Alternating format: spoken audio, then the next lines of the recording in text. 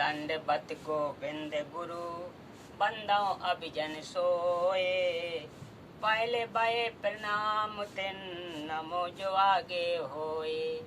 गुरु को कीजे दंडवत कोट कोट प्रणाम। कीट न जाने ब्रंग कोयो गुरु कर आप समान। सत साहिब।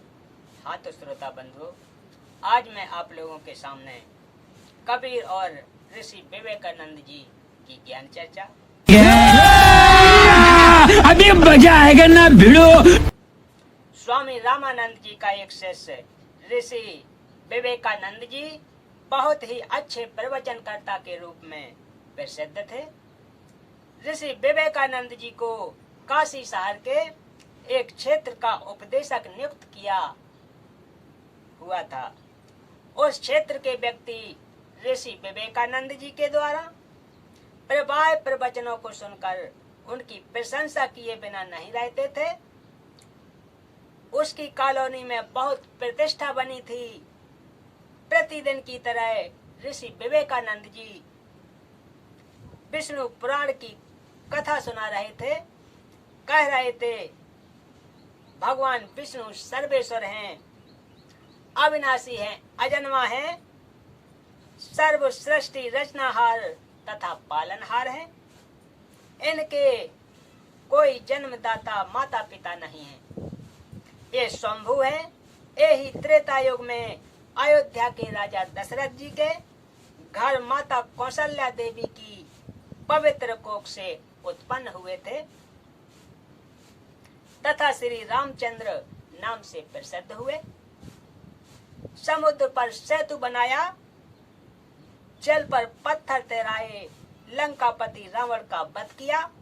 श्री विष्णु भगवान जी ने द्वापर युग में श्री कृष्ण चंद्र भगवान का अवतार धार कर वासुदेव जी के रूप में माता देवकी के गर्भ से जन्म लिया तथा कंस, केसी, शिशुपाल, जरासंध आदि दुष्टों का संहार किया। 5 वर्षीय बालक कबीर देव जी भी उस ऋषि विवेकानंद जी का प्रवचन सुन रहे थे तथा सैकड़ों की संख्या में अन्य श्रोतागण भी उपस्थित थे। ऋषि विवेकानंद जी ने अपने प्रवचनों को विराम दिया तथा उपस्थित श्रोताओं से कहा, यदि किसी को कोई प्रश्न करना है तो वह निसंकोच अपनी शंका का समाधान करा सकता है। बालक कबीर जी खड़े हुए तथा ऋषि विवेकानंद जी से करबद्ध होकर प्रार्थना की कि हे ऋषि जी, आपने भगवान विष्णु जी के विषय में बताया कि ये अजन्मा है, अविनाशी है, इनके कोई माता पिता नहीं है। एक दिन एक ब्राह्मण श्री शिव पुराण के रुद्र संहिता अध्याय 6-7 को पढ़कर श्रोताओं को सुना रहे थे। यह दास भी उस सत्संग में उपस्थित था। शिव पुराण में लिखा है कि निराकार परमात्मा आकार में आया, वह सदा शिव काल रूपी ब्रह्म कहलाया। उसने अपने अंदर से एक स्त्री प्रकट की जो प्रकृति देवी, अष्टांगिनी, त्रिदेव जननी, शिवा आदि नामों से जानी जाती है। काल रूपी ब्रह्म ने एक काशी नामक सुंदर स्थान बनाया।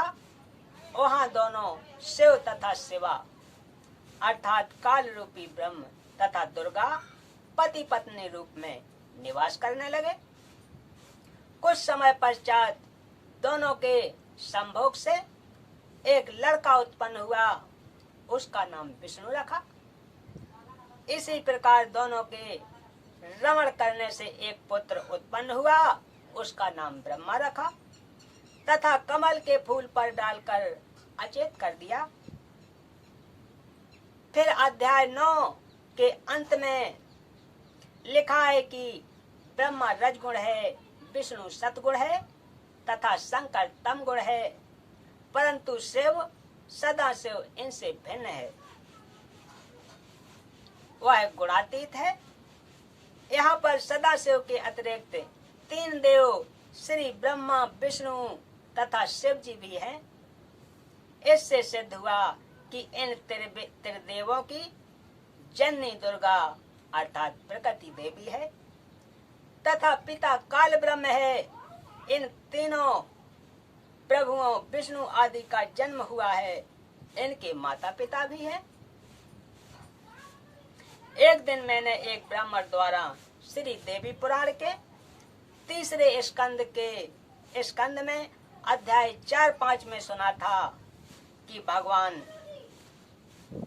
विष्णु ने कहा है, इन प्रकृति देवी अर्थात दुर्गा को मैंने पहले भी देखा था।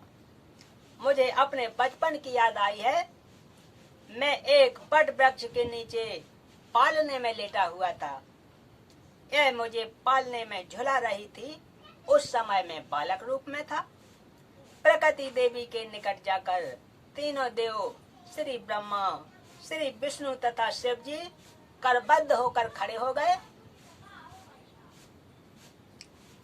भगवान विष्णु जी ने देवी की स्तुति की, तुम शुद्ध स्वरूपा हो, यह संसार तुम्ही से उद्भासित हो रहा है। हमारा आविर्भाव अर्थात जन्म तथा तिरोभाव अर्थात मृत्यु होती है। हम अविनाशी नहीं हैं, तुम अविनाशी हो, प्रकृति देवी हो। भगवान शंकर बोले, हे माता, यदि आपके ही गर्भ से भगवान विष्णु तथा भगवान ब्रह्मा का जन्म हुआ तो क्या मैं तमोगुणी लीला करने वाला शंकर आपका पुत्र नहीं हुआ? अर्थात मुझे भी जन्म देने वाली तुम ही हो। हे ऋषि विवेकानंद जी, आप कह रहे हो कि पुराणों में लिखा है कि भगवान विष्णु के तो कोई माता पिता नहीं, ये अविनाशी है। इन पुराणों का ज्ञानदाता एक श्री ब्रह्मा जी हैं तथा लेखक भी एक ही श्री व्यास जी हैं, जबकि पुराणों में तो भगवान विष्णु नाशवान लिखे हैं। इनके माता पिता का नाम भी लिखा है।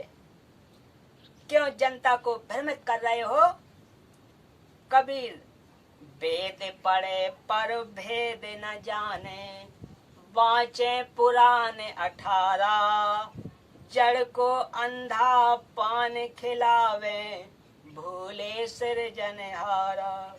कबीर परमेश्वर जी के मुख कमल से उपरोक्त पुराणों में लिखा उल्लेख सुनकर ऋषि विवेकानंद जी अति क्रोधित हो गया तथा उपस्थित श्रद्धालुओं से बोले, यह बालक झूठ बोल रहा है, पुराणों में ऐसा नहीं लिखा है।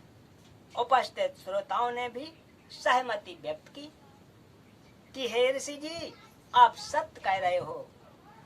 यह बालक क्या जाने पुराणों के गुण रहस्य को। आप विद्वान पुरुष, परम विवेकशील हो, आप इस बच्चे की बातों पर ध्यान ना दो। ऋषि विवेकानंद जी ने पुराणों को उसी समय देखा जिसमें सर्व विवरण विद्यमान था, परंतु मान हानि के भय से अपने झूठे वक्तव्य पर ही दृढ़ रहते हुए कहा कि हे बालक, तेरा क्या नाम है? तू किस जाति में जन्मा है? तूने तिलक लगाया है? क्या तूने कोई गुरु धारण किया है? शीघ्र बताइए। कबीर परमेश्वर जी ने बोलने से पहले ही श्रोता बोले कि हे ऋषि जी, इसका नाम कबीर है, यह नीरू जुलाहे का पुत्र है। कबीर जी बोले, ऋषि जी, मेरा यही परिचय है जो श्रोताओं ने आपको बताया। मैंने गुरु धारण कर रखा है। ऋषि विवेकानंद जी ने पूछा, क्या नाम है तेरे गुरुदेव का? परमेश्वर कबीर जी ने कहा, मेरे पूज्य गुरुदेव वही है जो आपके गुरुदेव हैं। उनका नाम है पंडित रामानंद स्वामी। जुलाहे के बालक कबीर परमेश्वर जी के मुख कमल से स्वामी रामानंद जी को अपना गुरु जी बताने से ऋषि विवेकानंद जी ने ज्ञान चर्चा का विषय बदलकर परमेश्वर कबीर जी को बहुत बुरा भला कहा तथा श्रोताओं को भड़काने व वास्तविक विषय भुलाने के उद्देश्य से कहा। देखो रे भाइयों, यह कितना झूठा बालक है। यह मेरे पूज्य गुरुदेव श्री 1008 स्वामी रामानंद जी को अपना गुरुजी कह रहा है। मेरे गुरुजी तो इन अछूतों के दर्शन भी नहीं करते, शूद्रों का अंग भी नहीं छूते। अभी जाता हूँ गुरुजी को बताता हूँ।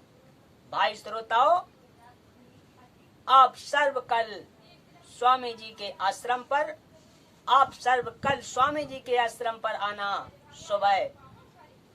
सुबह इस झूठे की कितनी पिटाई स्वामी रामानंद जी करेंगे।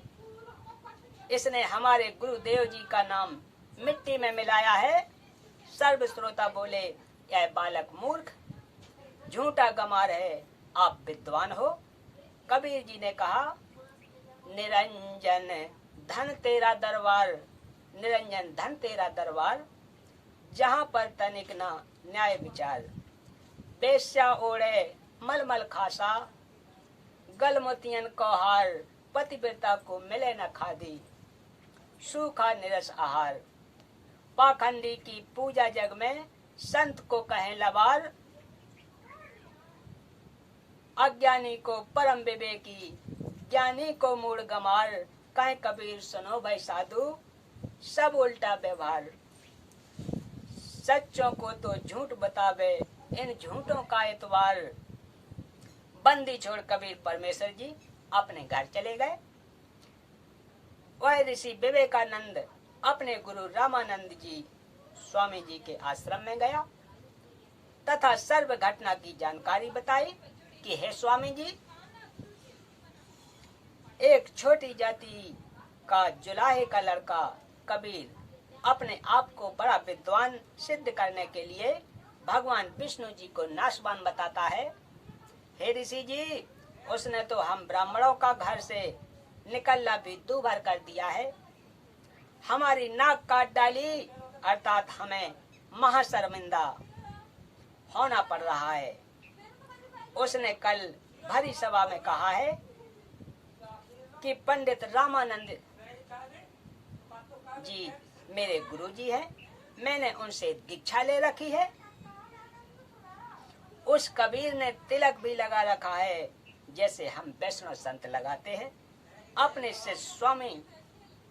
शिष्य विवेकानंद की बात सुनकर स्वामी रामानंद जी बहुत क्रोधित होकर बोले, हे विवेकानंद, कल सुबह उसे मेरे सामने उपस्थित करो, देखना सर्व के समक्ष उसकी झूठ का पर्दाफाश करूंगा।